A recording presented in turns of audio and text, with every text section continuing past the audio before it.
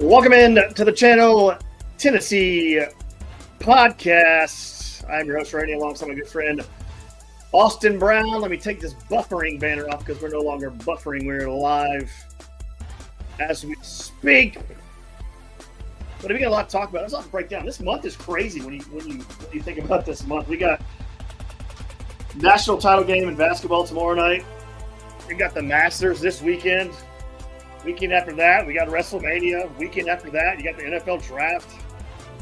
There's a lot of things going on in this month. And then we got like 5 months of Major League Baseball, baby. Yes. We got a all whole you lot can of handle. Every bit of it. Hey, you talked me into getting that MLB app, MLB package, and that's changed my life. I can't stop watching. So yeah, if you have T-Mobile. Oh no, it's too late. No, it's too late. That's too late now. No, it's too late now. But it's too late. But it's changed my life. I sit here and watch baseball all day like a baseball nerd. That's why I was on you, because you had that week, and it was going to be up. It's $150 value. Yeah. Mark your calendars for next year, March 25th. T-Mobile Tuesday. Yes. Get that shit. It's yes. It's amazing. Or spend $150. I don't know. Yeah, for that. But it's probably I would say it's worth $150. So. But yes, we got a whole lot of stuff coming up this month. I asked a question on the channel earlier, actually. What is everyone's bucket list item and related to sports? Like, what is your number one bucket list items? We'll go through some of those. I think everybody knows what me and Austin's are, but we'll kind of reiterate and tell you again, along with some of the comments that people tell us what their bucket list item is. But let's get this stuff kicked off, man. Let's just get this started. Vols, they fall in an ugly back-to-back and lose the series to Texas A&M. Who should be number one now? Austin, you asked me to ask that question to start this podcast. Who should be number one? And honestly, this is a first series loss over and over a year. So anyone who's mad, you're weird, okay? In Florida will play Houston for the ship tomorrow in men's NCAA college basketball national title game. Let's go back to baseball. I saw Rick Barnes sitting with the Haslams at the baseball game. What could that mean for NIL, possibly? We could kind of discuss that. I think we just paid a point guard $3 million. So. Yes, so never know what's on deck here. And what has to happen for them to slip into that Final Four picture next year if they have a chance or a shot of doing that? Lots to talk about. Where do you want to start, Austin? Where do you want to start? All those subjects. So where do you want to go with that? Well, seeing it's about 24 hours ago, I guess we can recap the weekend series loss to the Texas A&M Fighting Aggies. Day one, Friday night. Well, there's only 2 days. So the first day, we run rolled them 10-0 and no hit them. We absolutely beat the brakes off them. Lloyd looked like a freaking just a machine, striking them out, no doubt. I mean, just destroying them. 6 innings of work. And we beat the brakes off them. And maybe we pissed them off a little too much because around the 4th inning next day, it was a doubleheader due to all the rain today. But first game, they kind of teed off on Marcus Phillips somewhere in, I think, the 4th or the 5th inning. And then we went to Snead out of the pen, and that did not go well. And the bats really never got truly going. They had some moments here or there, but they just never got that big inning we always hope for. And so we took our loss to A&M there. And then game 2 comes around, and they hop on us 3-0 real quick, and it gets real ugly. They run rule us in 8 innings. It was just a bad 24 hours for the baseball program. But we can get into the minutia of what the details of everything, but on its face, losing that series to a team that was kind of in the bottom of the SEC, but that did come in preseason number 1 and just hasn't been living up to expectation. Losing that series, to a team that definitely wanted revenge on you, considering you beat them in the national title game or national title series the previous season.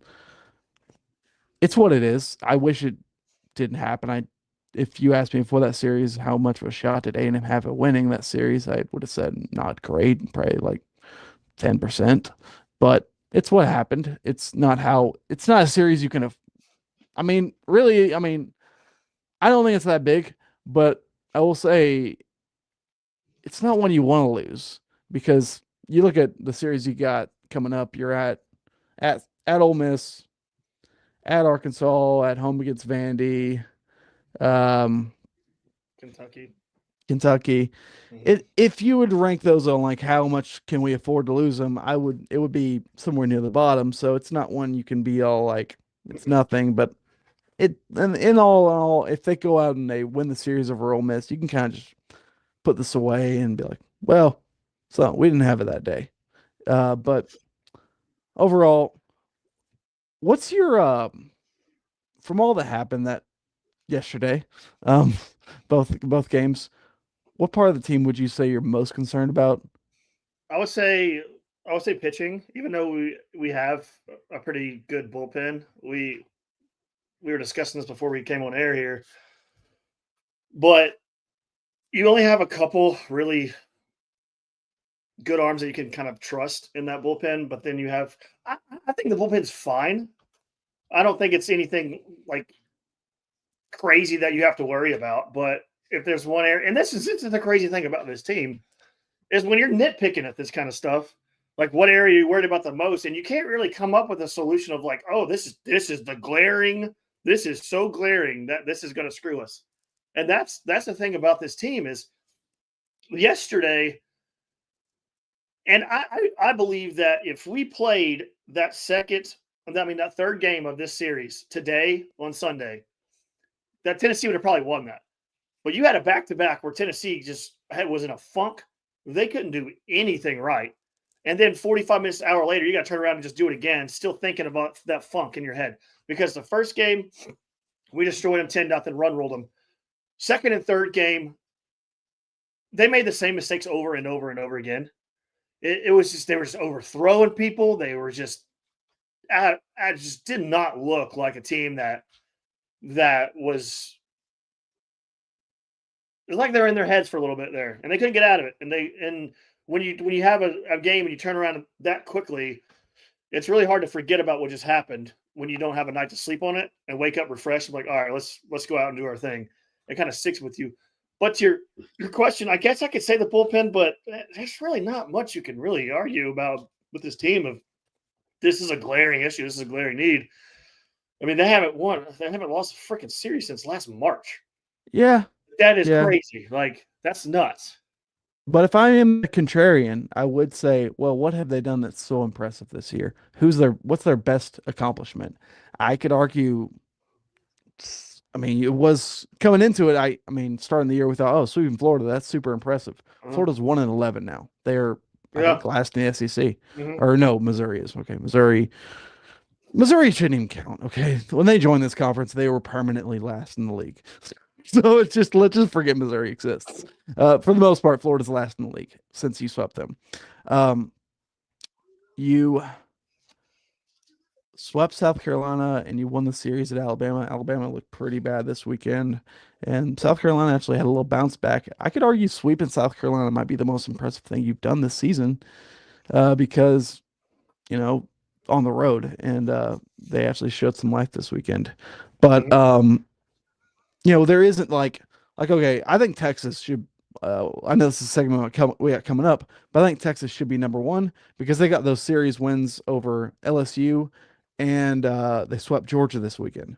Like we Mhm. don't have nothing like that on our resume. Not yet. We don't not yet, not yet. We haven't gotten to that part of our I mean, resume you yet. could argue winning the series over Alabama is pretty impressive, but Alabama kind of showed to not be that elite this weekend. Mhm. But we'll see what's going forward. I mean, it's so early right now still. Like I know we are at the Yeah. midway point of the Yes. season, but we still don't know things. Like You don't know. Bama, if Bama goes and loses their next four series, they are on they can miss the tournament. But if they win 3 out of 4, they're probably a top 10 team. Same goes for a lot of teams. It's just kind of like you'll find out what you're made of here coming forward. Because honestly, a lot of sports non-conference play doesn't mean a lot. I think it means less here than anywhere Mhm. because we could have won. I mean, outside of the midweek over lost to ETSU, we won all our non-con Country. games. Yep. But all that does is really mean like, well, Losing those would be bad, but winning them really doesn't impress anyone. It's weird. Megan sends in a comment and says, kind of reverting back to what we are saying about what's the one thing you think is a weakness of this team. She says, I think it's interesting we are still moving people to different positions. I think that has an impact. I agree with that. We were sitting there talking about that this week, is why we're moving like pieces around in random games. At some point, you gotta stick with what's been working, which is just your standard lineup that you've been doing all year. But I do agree with that. We've been moving people around a lot, and it's kind of weird sometimes. I get like Jay Abernathy thing. He just didn't play that one game, and we stuck someone else out there in his position. And you want to get people playing time at the same time. Well, you have when you're in a series against A&M, I think you need to kind of keep it the same. You don't need to switch it up. So, but there's nothing to worry about, man. It's just not. I don't like. I don't know what to do about catcher because like it's weird. People's had that is kind of a problem. People's had that massive hit at South Carolina, but outside of that, he's been pretty useless in SEC play. But what were you about to say? Stone Lawless. He just did not play good at all. And I think that is one big reason why I think that we lost that game, is because Stone Lawless couldn't hold the ball when the pitcher threw it. He kept dropping the ball, fumbling the ball. When there was like bunts and stuff, like he couldn't handle it, he couldn't get it, he kept overthrowing the second baseman every time someone would steal, and that's a problem right there. It's a stealing thing. Like, we got to get that fixed. We have got to have a catcher that can just throw the damn ball to second base accurately. I don't get how that is always a trend here, but like I said, let him take it. Yeah, just let him take it. But because it just you're throwing caution to the wind, and I mean, hell, I know the last few years we haven't been that great at catching the runner at second, and no one really is that great at it. So it's, you don't want, you don't. I guess no, you can't just let everyone take it, or they're going to take it every time. I don't know. I think Stone gives you a better shot at catching guys at second than Peebles does, but I don't know, man. Stone let a lot of those balls go past him. I don't know. He dropped, I think, like 2 strikeouts. Yeah, he did. He did. It cost us I think, a third out, and then Texas A&M put some points on the board, if I can recall and remember correctly. It's wild. Like, those almost like create a snowball effect. Like, you don't know how important those little things are until you're in those games, and you're like, well, like if he caught that ball, that inning's over. But I think they like added a few more runs after that because he dropped that strikeout. And it's just like those little things, that's why like how good a guy is on defense matters so much in the college game. In pros, your bat means most because a lot of guys play good defense. Most guys play good defense. Mm-hmm. In college, it's a little bit harder to find guys that play elite defense, at least outside of, the outfield. So it's interesting.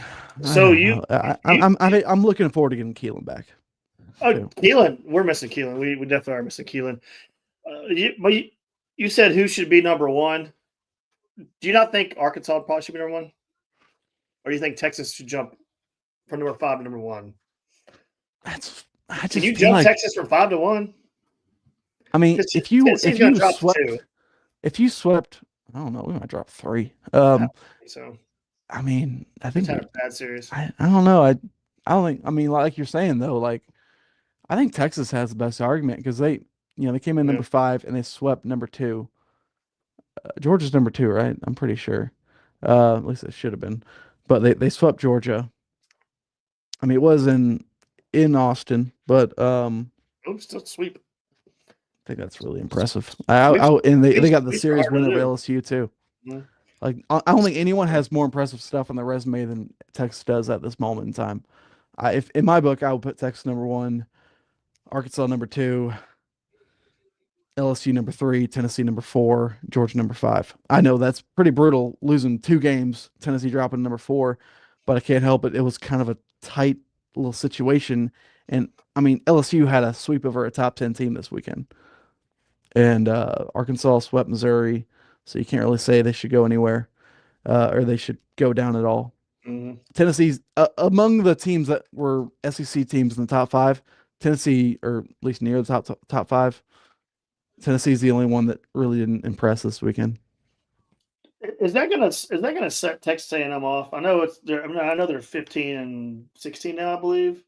16-15 now. 16-15 now. We Okay. knocked them under 500, and they came back out over 500 after Yes. yesterday. So could that be something? Because Texas A&M they were preseason ranked number one for a reason, because they got the dudes on the team, and you saw the dudes on their team pretty damn good.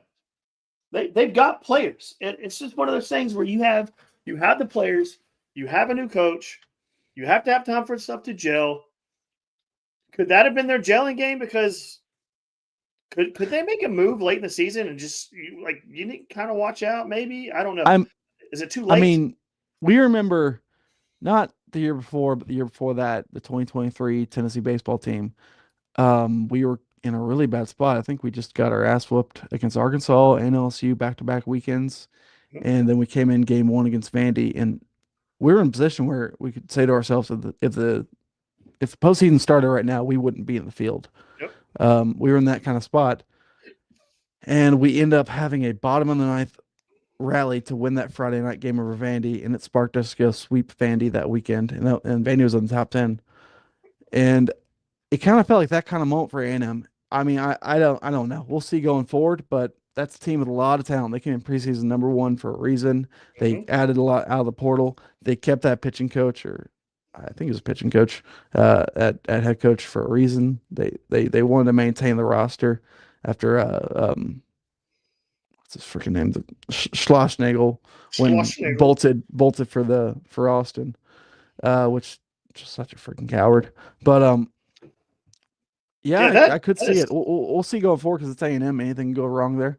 But yeah, I could see it. um okay. So that's our thoughts on the game. That's our thoughts on who should be number one. Let's stay inside the walls of Lindsey Nelson. We're sitting there watching the game, and this was the first game on Saturday. So it was the second game of the series. And I'm sitting there just watching the game, and I just casually kind of happened to look back behind me, and Rick Barnes is sitting there with the Haslams. And of course, I snap a photo, put it on channel, and people immediately start talking about, look at this situation, just trying to get more NIL money from them. But on one hand, you had the other Daddy Haslam. I don't know. He looked like he's about to croak any second. And then you had Jim Haslam. I think it was Jimmy, but it doesn't really matter. But he was up there with Rick Barnes, and Rick Barnes was up there for a while talking to him. So I know we just got Gillespie for what, $3 million? Yeah, we got Jacoby Gillespie out of Maryland, who Greenville, Tennessee native, Bobby Mays Academy native or alumni, and wanted to come to UT, but we couldn't really make a spot for him because we had Zakai and he wanted to play the point. So he went on to Belmont to stay a little local and balled out there, got himself a little attention, and decided to transfer to Maryland. Did amazing. He was the leader of the Crab Five, uh, legendary Maryland, something Maryland fans will always remember. And then the coach bolts for Villanova, and a lot of people thought he'd probably follow when he entered the portal. A lot of people thought, oh, he'll follow Kevin Willard to Maryland, but no, no, no. That man is coming home somewhere he was born and raised, to the East Tennessee area, and it's awesome. Like that's one thing I do love about the transfer portal. A lot of people, there's a lot of dirty stuff like guys just chasing money, and that doesn't feel right. But this guy, someone born and raised in East Tennessee, was a Tennessee fan, and now he's going to get to play for his hometown school after he's shown he's worthy enough. Mhm. Just like Chaz Lanier. Chaz Lanier wanted to rep his Yep. home state, and he balled out enough at the lower level to show that he's worth it. Like a lot of these guys, you always have those games against like UTC and MTSU, and you know that those teams are full of guys who will kill to play for UT, but weren't good enough or weren't didn't deserve it. But those guys can continue chasing that dreams at those lower schools, and I love that stuff. I really do. Yeah, I think that the transfer portal works out in our favor a lot. Hmm. It really does, as you've seen the past couple of years with Dot Connect and what's this? You just mentioned his name. I can never remember. Chaz. I can never remember Chaz's name. I do not understand. And also the winner of the Jerry West Award this Jerry weekend, Westward, the best point guard guard. in college basketball, or best shooting guard. Shooting guard in college. Sorry. John, you don't know anything about basketball, you nerd. But no, but seriously, so he sit up there. You want me to go get Jordan Moore? You want to see a nerd? Yeah, he's sitting up at the Haslams, and this kind of like got me thinking when I'm sitting there talking, and he's sitting there talking about NIL money, and he's talking about players that he's got in mind. He's doing it. That's what they're up there for. But I just imagine you actually hear the conversation. Heard about this Cali girl? Do y'all know what a catfish is? Y'all know what catfish is. I catch them all the time back in Hickory. I don't know. During the off season, I go fishing a lot. I love catfishing. It's fun. Yeah. But what do we have to do here? And here's my opinion. This is what I got jumped on so hard when I said that the way Rick Barnes does his system won't get you past a certain point. And so I'm watching Houston versus Duke last night, and you can disagree with me, which you're going to. Mm-hmm. But Tennessee is a tier below them. They are, and if you say otherwise, you're wrong. They don't look like those two teams right there. They just don't. They don't look like those teams. They're not as good as those teams. And the reason why they're not as good as those teams is because you saw Houston late in that game shoot their way into a victory. They shot. You can have great defenders and everything, but you have got to score if you're going to win a game. And so when I'm sitting there watching Rick Barnes talk to the Haslams, Rick Barnes has what I meant by the system will only go so far. Other teams do it the opposite way that we do it, it seems like. We recruit defense and try to teach offense. We need to recruit offense and then teach defense. That's just, in my opinion, that's what you have to do to make it to a Final Four like that. Because last night, if Tennessee's playing Duke and they get down like that to like Houston did to Duke, like they're not clawing their way back into that game by outscoring Duke. Like that's not going to happen. But last night you saw Houston claw their way back in because they made plays at the end in crunch time. Now, Tennessee has had games in the past where they have shot their way back into games, but it's not when you get to the certain level in the NCAA tournament and March Madness, you cannot sit there and disagree with me when Tennessee has to score to win. You have got to score to win.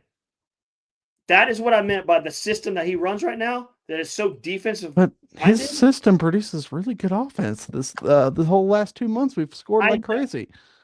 I know, but everyone in the Final Four had an offensive efficiency higher than us. That's what I'm getting at. That's true. You got to get to a certain points with your offensive game to where you got to kind of push defense to not to the side, but you got to get offensive mind. You got to get shooters in there and teach them defense. You got to do it the opposite. In my opinion, in modern day basketball now, that's how you got to do it, because you ran into I know we beat Kentucky in the tournament. That's fine. That we were just a better team than them. But you saw during the regular season when they got shooting hot, we couldn't figure it out. We couldn't dig our way out of it. Like they got a hot shooting team will always bury us. Do you think what was the bigger problem against Kentucky in the other matchups? Was it our offense or our defense? Do what now? Was it a bigger problem? What was a bigger problem in the losses to Kentucky this season? The offense or the defense? Defense is playing fine. Kentucky's just making shots. I think we helped too much. I think we let them get free. Well, they're making their shots. That's what I'm saying. Like when a shooting team comes into the building, a shooting team gets hot, it's really hard for us to dig our way out of that.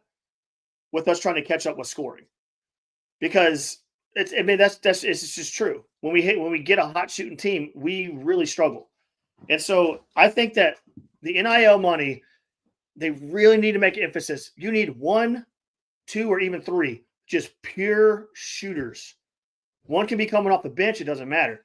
But you got to have 2 or 3 guys that can just put you back into a place when you are down like that. Because I don't disagree. I don't disagree. Yeah, but I'm going to be honest here. Like, no one fears Tennessee in the tournament because of that reason, and it's true. Like, no team, like no really good team fears Tennessee, because Tennessee's going to have that one bad shooting night in the tournament that they have every year, and they can't claw their way back. So you got to have the shooters. That's what you got to recruit. That's how you got to go about it. You've got to get like 2 pure shooters that can just, people fear them. Like, people, you saw it this year. It was just Chaz. Chaz and we had him this year. They just didn't show up. But here's the thing. No, we had Chaz. And Gainey. No. Gainey had nights where he could shoot. Nights where he shot. You saw them double. No one ever double teamed Gainey. They were double teaming Chaz. They said, Gainey, go ahead, shoot.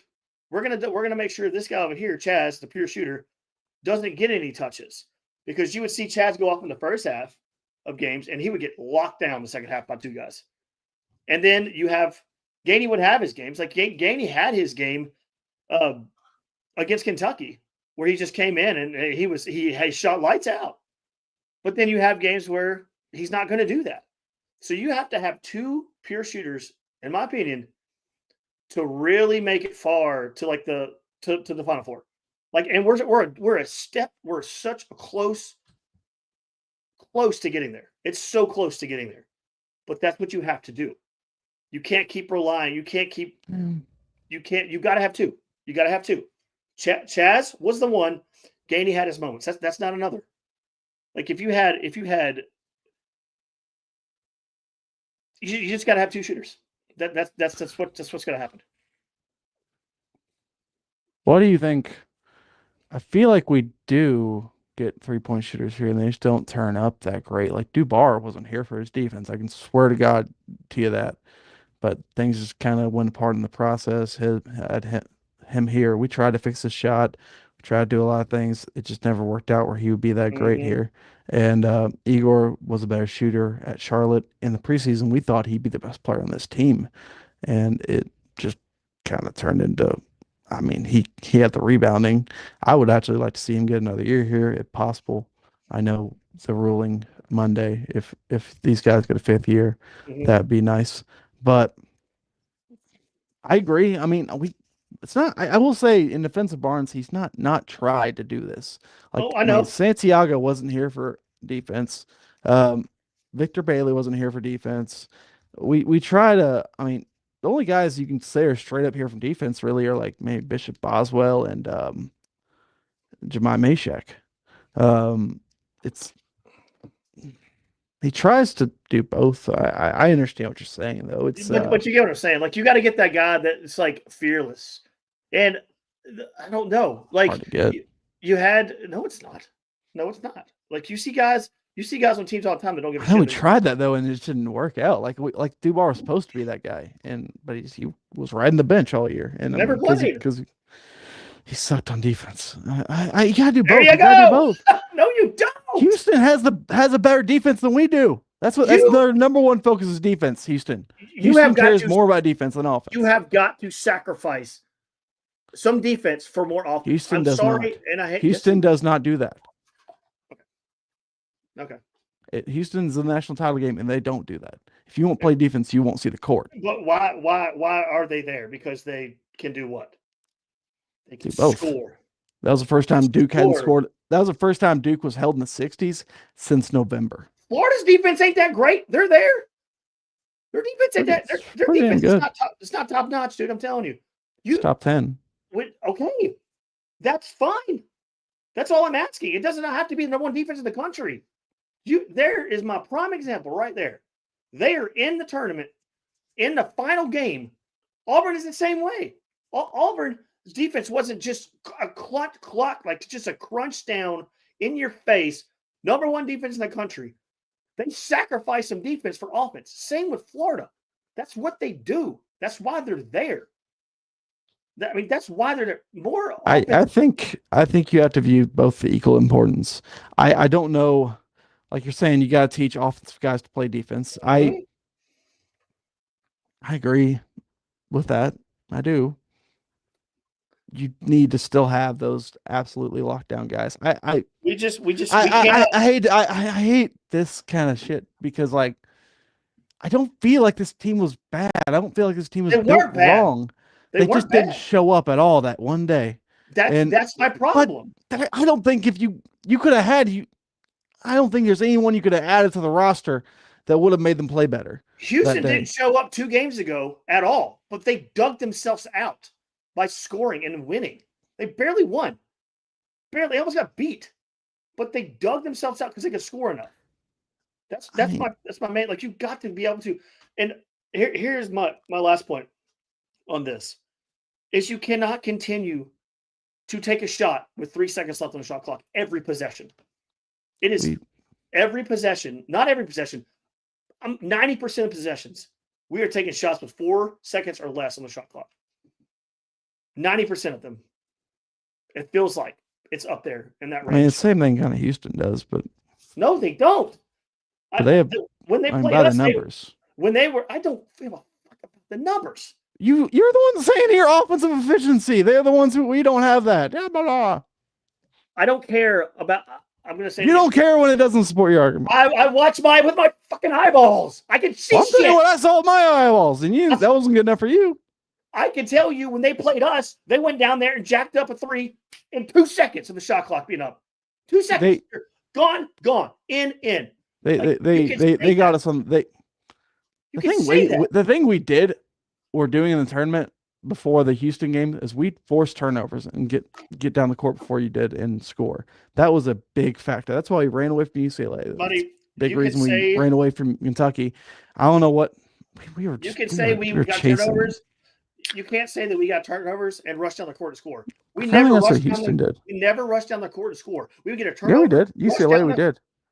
We had like 12 fast break points against UCLA. I remember that. I'm talking about the overall picture here, dude. We got a turnover. We'd always get a turnover. Get the fast break, stop, turn around. And you can't. In the tournament, we started playing better because we stopped doing that. I agree. That's a problem. I don't like that. You can't say that's. Yeah, exactly. You cannot. But we were playing a different brand of basketball when the tournament started. That's just it's just taught. You gotta get that out of the picture. Tell your guys, just go. Because if we would have done that against Houston, like got any turnovers and ran the floor and went up and got fouled immediately instead of stopping and turning around, we slow that game down. It's slowed down. The Houston game, man. Everything hit the front of the rim. I really hate that we got to dissect and figure out what's wrong with this team from last season because I don't feel like they were playing bad basketball. They weren't. They weren't I feel like they were doing everything I want them to do. They were valuing defense, but they were also the offense was hitting on all cylinders. And it just you had that day where you had good looks and they just don't go down at all. And nothing works. Zakai, the one thing I did totally fear before that game was they would bait Zakai into going, taking them on one-on-one, and he'd lose the ball. They get a steal on him, and that did happen quite a bit. It was a bad matchup for a lot of those reasons like that.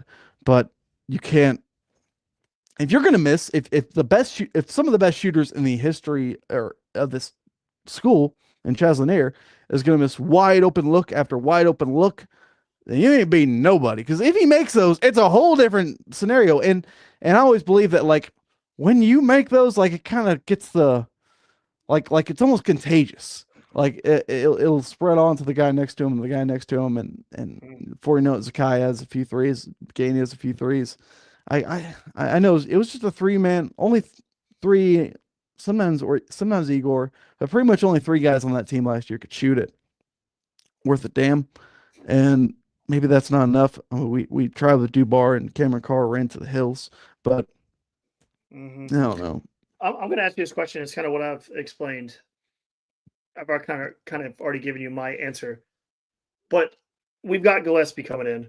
You have Zakai exiting. You got Meshack exiting. There's a chance it's not. I don't think it's going to happen that they're back. So let's just say none of them are back. You have all those people exiting. Gainey will Gainey be back? Is he a senior? Would be.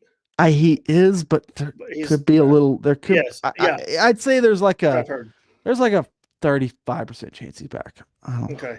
Okay. So I know my percentages. You love. yeah, your percentage are just all time greats. Well, like I'm trying to judge it. Like I could definitely see it. I know there's something weird with his like previous colleges, and But they'll go to court over this. I would say. let's just say they're all gone. Okay.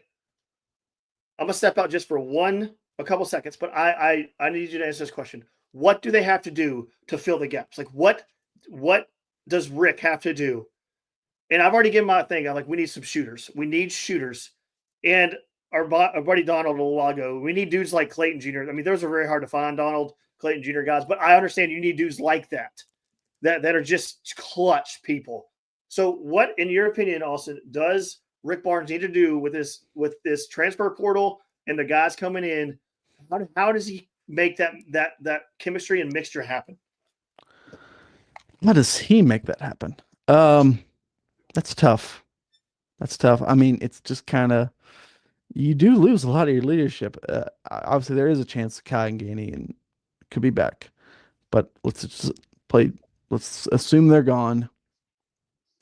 It's gonna be interesting. I think this team could struggle for some, but I I hope. I mean, you hope they just come out of the gates on fire. I mean, obviously we got to find some more guys in the portal. We got Gillespie. I know we're looking at the kid from Vandy.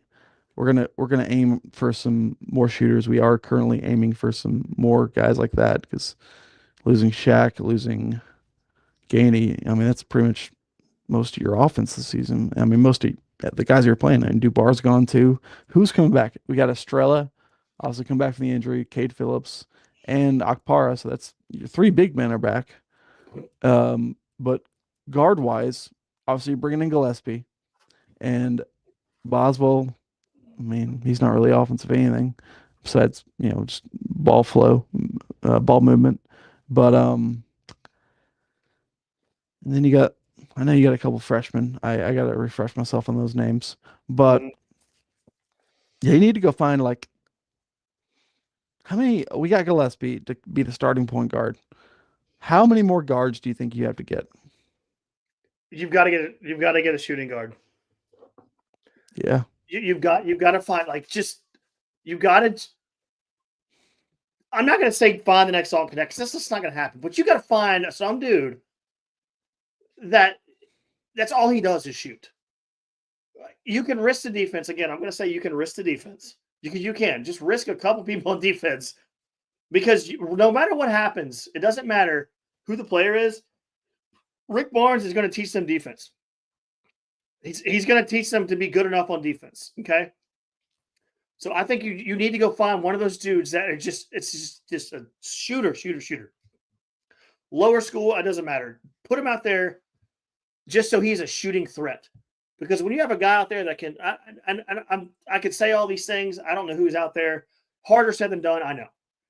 But you've got to go find that guy that is just known for that and takes attention off the other guys. Because when you have a guy coming in like Gillespie, which he is a scorer. He's a scorer. That dude can score. He's good. And you have another guy on the floor that can score like that, you can't double team on both. So it's what I said earlier in the podcast. You've got to have 2 or 3 dudes that are lethal shooters that people really got to pay attention to. So that's where I'm going with it, Austin. I think that you gotta focus on offense, man, on this NIL, especially with a couple years left in your career, probably. If I'm just guessing here, for Rick Barnes, if you want to take it to that Final Four level, you got to have scores, and there's no other way around it. You got to have dudes that can score. Yeah, I mean, the name of the game is putting points in the basket. I mean, under Barnes, I think you're guaranteed about a top 10 defense. But this is going to be a really interesting year. I'm holding out hope. There's a shot that Zakai and Gainey could be back there. It's a better shot than you would think. But if they are gone though, it's going to be a very interesting season. It's going to be interesting season for a lot of the SEC. Mark Sears is gone from Bama, and Grant Nelson too. Um, I have to check the years on those Florida guys, how much of those guys are coming back. But you lose Broom from Auburn. It Jackson Robinson, or not Jackson Robinson. Well, you lose a lot of the guys Mhm. we know all and well. It's going Yeah, to be a yeah, very interesting season in the SEC next year. yeah. It is. It's going to be. Well, it's going to be. Yeah, a lot of people leaving.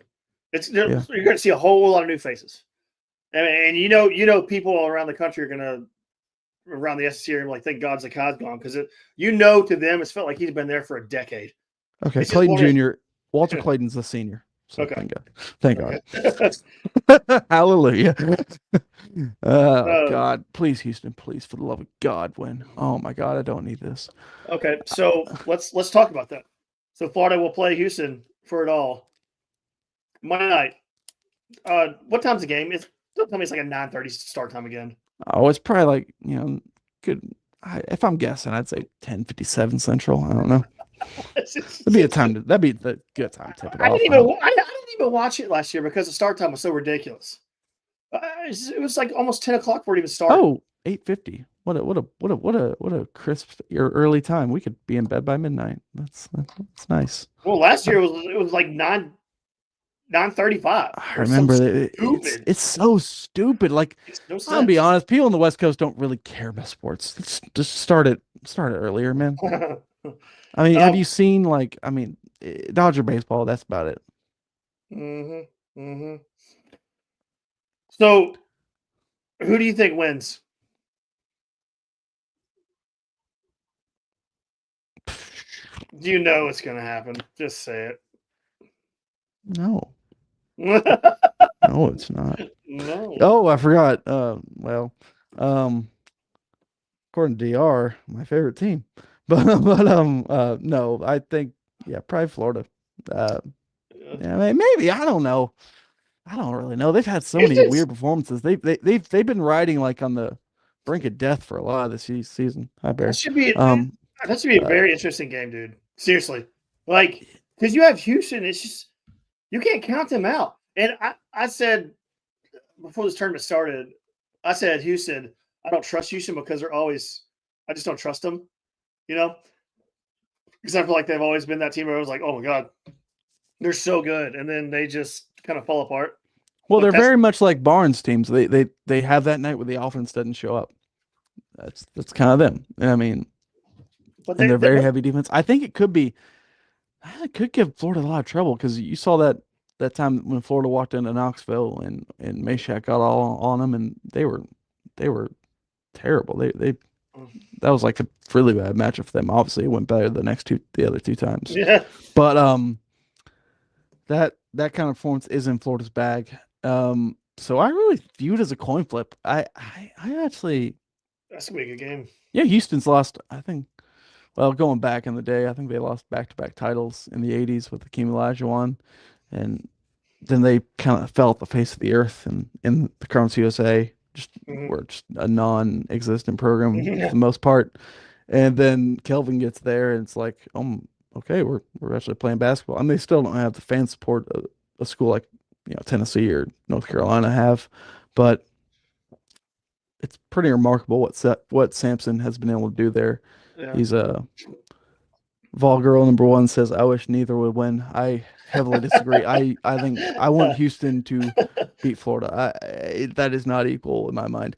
You know what's funny? It's like I have no hate towards Houston at all after they sent us home. Like, um, it hit me. I was going through my mentions when we lost that game. It just scrolling through all the people talking trash to me. I was like, what's funny? I don't think one of these people root for Houston. Yeah. Like there's not one Houston fan here talking crap to me because it's kind of I mean, it's not really a big fan base, but Mhm. yeah, good for them. I hope they win it. I really do, and really be great. I mean, the Big 12 is really showing you they're they're a great conference for basketball because if they won the title, that'd be I guess 3 out of the last 5 titles have been won by Big 12 schools, and those are three different schools: Baylor, Kansas, and Houston. So man, they play some. What did Kelvin Sampson call the ACC? The we didn't play in the Toy Poodle Conference. That's crazy. The ACC went from being the Goliath conference for basketball to the coach Mhm. for Houston's beating Duke and calling them the Toy Poodle Conference. It's wild, man. I coming into this, I for the first time I really thought I got the national title right in my bracket. I had Florida and Duke beating Florida. But man, that was a crazy game. What they lead by 11 with 4 minutes to go or something like that. They led by 6 with a minute and 4 to go. Yeah. I believe Duke did, and Houston just kept. I think, if I recall, I could be wrong, but I think Houston hit like a 3-pointer. Was it back-to-back threes? I can't remember.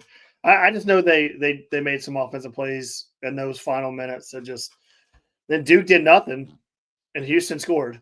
So Houston made their shots in the final minutes and took care of Duke.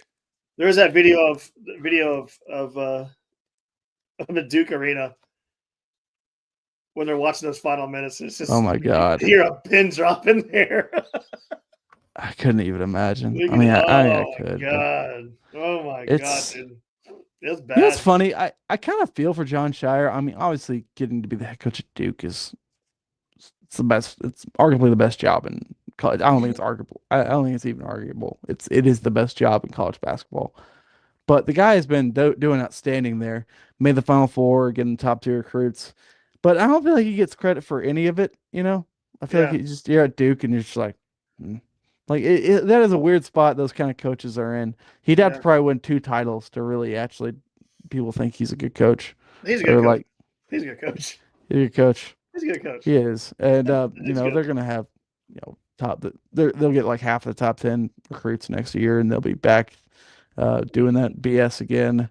Um, man, it is hard. I will say we just had the two best seasons arguably in Tennessee Mhm. basketball history, back to back, the two best. But it doesn't feel that good considering the fact that, well, you didn't get to a Final Four. That's part of it, and it's hard to swallow. And you got programs like Bama, Florida, and Auburn doing the stuff you want to do. So it's like if we had this like in 2010, we'd be feeling so good right now. Mhm. But because it's in this era where our rivals are doing a little bit better than us, it's tough to swallow, and Mhm. it's Well, rough. It's just I think the thing we'll get to Donald's question here real quick after I say what I'm about to say, and then we're going to get into the bucket list items that are people have sent in their comments of what's your biggest bucket list in sports that you want to see. Donald says, has the NIL ended the Cinderella runs in the tournament? And so we're gonna get to that question. Um, well, actually, I completely forgot what I was going to say, so it doesn't really matter. So, do you think that the NIL has ended the like Cinderella runs in the tournament because we just cherry pick from those teams that have the best players, and we cherry pick their best players? I mean, haven't we kind of done that Yes. before, even a Mhm. little bit? I mean, not to obviously it's a little amped up now, and NIL's leading the charge. But I mean, you see San Diego, if they could pull that upset over Michigan, which they're this close to doing, and I think they could have made a run all the way to the Sweet 16. And I just feel like it didn't happen this year. There'll be those I teams next agree. season. I agree. I hate this talk. I've There. heard so many people talk about this, and it's just like I feel like it's a lot of casual basketball fans that are chiming in on it. Like not talking about you, Donald. I'm talking about like Stephen A. and those guys. Like Stephen A. Yeah. said it's the death of college basketball. And it's just like, dude, you don't watch this thing. You're not here in January. You're not here in February. I mean, there's plenty of room for upsets. I mean, hell, I mean, the NIL era was going in 2023, and we had a Final Four that included San Diego State and FAU, and that could happen again, in my opinion. Mhm. And to me, another thing is like, what do you consider to be a Cinderella? Like if VCU made the Elite Eight, is that a Cinderella in your book? So, yeah. I mean, but they got NIL. They were able to keep their best player there through NIL. I mean, it's not. VCU back in the day had a case of not being a Cinderella anymore because they started because Shaka Smart that was there. Yeah. VCU. Okay, so they started to kind of not be a Cinderella because they were really good for Well, numerous years. that year, I'd say they were a Cinderella, but Yeah. then Oh yeah. then they moved to the A10 and Well, you just realize really they owned were Richmond basketball. after that Cinderella season, you had to take them serious because they stayed good. They weren't bad. And so I mean I agree with you. I don't think it's dead at all. I just think we didn't get one this year. And I don't think it's dead at all because I don't know. You can't sit there and tell me like the year that MTSU upset Michigan State was because of NIL. No. Like that's not even like that had nothing to do with Michigan State plucking good players from smaller programs. That was just and MTSU didn't have any dudes on their team. They just beat them. They were just shot better that night. So it's one of them things. It's like I think you could argue it's maybe lessened some of the Cinderella. It's like, yeah, you might have a guy that spent 2 years at the University of Buffalo and got a lot of attention, so he's going to head out the door to Virginia. And if he stayed there, maybe they could build something. But I feel like there's still a lot of instances where you got guys staying a while, like, and I don't think it's killed it. I think you'll see more I don't think upsets in the future.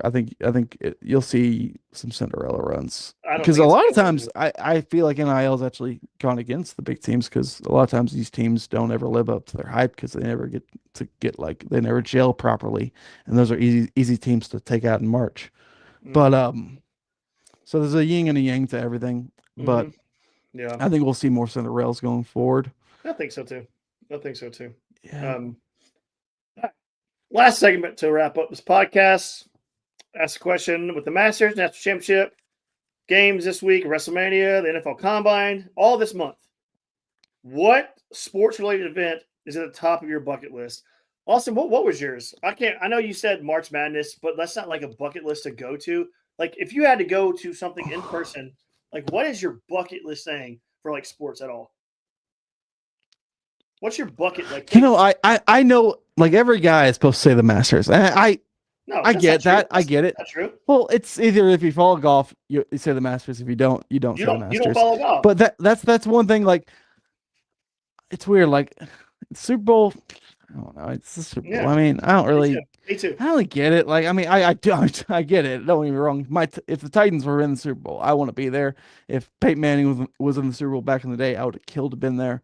But overall, there's not like there's a lot of people that consider that to be like a crown jewel thing to go to. In my book, sports related wise, it really just depends on if my team's in it or not. Like my bucket list is seeing Tennessee in the Final Four. My bucket list is seeing the Braves in the World Series. My bucket list is seeing Tennessee and Omaha, which you can do actually. Well, say it's bucket list, but you can pretty much do that on a regular basis. But so mine is. I'm going to piggyback up your comment real quick after I tell you mine. You already know mine's the Masters, and it's the alpha, the omega of it's the Super Bowl of golf. It is the one weekend where I just shut everything off and sit on my couch and watch the chaos of the leaderboard from Saturday to Sunday. Just the chaos ensuing of golfers screwing up, golfers making a run. It's just the leaderboard it's so much fun to watch. And when the leaderboard is so tight at the very end where there's just so many players that are so close and you're in the back nine and it's just chaos and the crowd is so amped up. It's so fun to watch. That is the number one thing on my bucket list. And it doesn't even have anything to do with I don't have a dog in the fight. I mean, I like certain golfers. I mean, I like Justin Thomas. He's one of my favorite golfers. I like certain golfers, but just a pure entertainment fact of watching the chaos ensue on that final day is top-notch entertainment. But if I had to go with something, Austin, that's like not in my like teams aspect, like I don't have a team in the fight, dog in the fight, I want to go to a World Series. to watch two teams. An MLB World Series, because that atmosphere in the World Series, like, and I haven't always been the biggest like MLB fan, but when the World Series comes on, like I'm locked, I'm watching it because just the pure entertainment factor. It's so intense. It's like it's like you're on the edge of your seat a lot of the times when it's just it's I would love to go just as a spectator, the World Series. You know, I've had a little second to think about this. There Mhm. is some rivalries I would love to attend. I would love to Mhm. attend the Oklahoma Texas game Yeah. in the old Cotton Bowl with the Texas State Fair there. I've heard that is an unbelievable experience, very unique. I would love to I don't know. I would love to attend an Iron Bowl game in Auburn. Yes. I wouldn't really care for it in Tuscaloosa because Bama can go to hell, and I can root for Auburn, you know. But Hmm. and Michigan Ohio State, that would just be cool, especially in the big house. That'd be so badass. And what's another great rivalry that is just awesome? I mean, South Carolina Clemson has a lot of fire to it. I'll be honest, that those games get really intense. Um, but yeah, those are some of the like just big time rivalries. Like I will say, an ALCS Yankees Red Sox would be absolutely insane. Exactly. I would be unreal. Like no dog in the fight. Just going to watch a game, Hmm. like a bucket list type thing. For me, no dog in the fight. World Series. Just a World Series. Going to watch the whole series. Like it would just be so much fun to go to that stadium and then to the other stadium because they all have their own like special little things they do, but it's just so intense. Like I just remember the one year when the Giants won, with like Brian Wilson and all them, like that the Giants stadium was insane to watch on TV. Like they were so insane. What was it like 2012, 2013, something like that? It was like around that time. But it was Man, so much fun to watch, man. you don't know Like, how much it kills me. I did not attend a World Series game for the Braves. yeah, I wasn't making enough money at the time to mhm, really have that. I yeah, mean, if it happened now, I could probably figure it out. But man, yeah, it's just like, mhm. especially for the Braves was a tough one though, because like, Lord, you got everyone, Alabama, South Carolina, Georgia, everyone just trying to go to this one little stadium in Atlanta, Georgia. I at least should have gone to the freaking watch parties. But Yeah. and at this moment, I feel like I couldn't be farther away from World Series, sitting at 1-8. Um, but you know, it's baseball and it's early, so who the hell knows? Ronald ain't back yet. Well, let's get But to some us of these. fall Braves, we got some hope. Yeah, yeah. Let's get some of these comments real quick. Close out this podcast. Uh, Bucket list items for sporting, anything related to sporting events. Brian Clifton on Twitter said, from a non-hockey fan, a Stanley Cup final would be awesome to attend. I can vouch for that. I've been to Stanley Cup final games. And when I tell you that Stanley Cup final games are on another level of loudness, I'm not making this up. And especially like being a Preds fan, being in the Bridgestone Arena during a Stanley Cup final, when I tell you it's the loudest thing I've ever heard in my entire life, that is the loudest arena, a loudest sporting event I've ever been to in my life. Never seen, never heard anything like it. So, But Brian, buddy, if you ever get a chance to go to a Stanley Cup final, go. It's so worth it. let me add this to your thing. As an NHL fan, you can't choose the Preds, obviously. But if you could Mhm. see a home Stanley Cup game for any team, which one would it be? A Like home just Stanley Cup game. yeah, like you can pick the team. Which one would be the most insane in terms of Oh, dude. environment? Oh, jeez. I'm.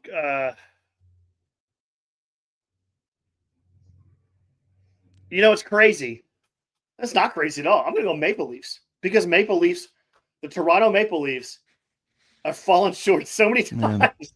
So watching them win it, that stadium would be on fire. It would burn to the ground. sorry. Toronto Maple Leafs. I assumed it was either that or the Vegas Golden Knights. You know, it's got to be one of those two. No. No, I never get that watching the Stanley Cup with Vegas in it, after they won it, and they're showing the crowd, and there's this lady like, uh, woo, First year. Like, that pissed me off so much. But I'm like a Montreal Canadiens fan sitting at home. They're like, I don't do anything for that. And you got to see the most unappreciated people that don't even not even share the team name. G Money says Vols in the Final Four. That's G Money's answers on his bucket I list. go that too. Yeah. That might just be a bucket list in general right there. 3HL for life commented and said WrestleMania. Fritz on Twitter, he said Masters 100% the Masters. Let's see, got some more. Angry Tennessee fan, Final Four championship game right into Masters week. Folks know not to bother me this week. I have phone, tablet, 2 TVs going. The various Masters coverage started Thursday. So Angry Tennessee fan, his is the Masters. I got a lot of Masters in here. A lot of Masters. Got a few different ones. But the one that kind of stands out for me would be the Stanley Cup final. Man, if you have not seen one of those, holy crap. That's insane. Insane. But Masters, top my list. No holds barred. No regrets. No nothing. That's it. That is my answer. The Masters, because it's such an intense final 2 days of that tournament. It is wild to watch. Especially the year Tiger won. Craziest thing I've ever seen in sports. So, yeah. But anyways, Austin, it's a good podcast, man. It's good. A lot of good topics we had to go over here. Mhm. A lot of good things. We didn't get into fighting too bad, as I thought we might have, but we didn't. No, first we exited that segment a little bit. Oh, Rick Barnes only exists for us to fight about it. Oh man. Well, it was fun, man. And we will do it again very soon, like as in next week. We'll have a lot to talk about. But anyways, good podcasts. Go Vols. God bless. Good night. Peace out, my friends. Thanks for your comments, joining us, everything. Good night.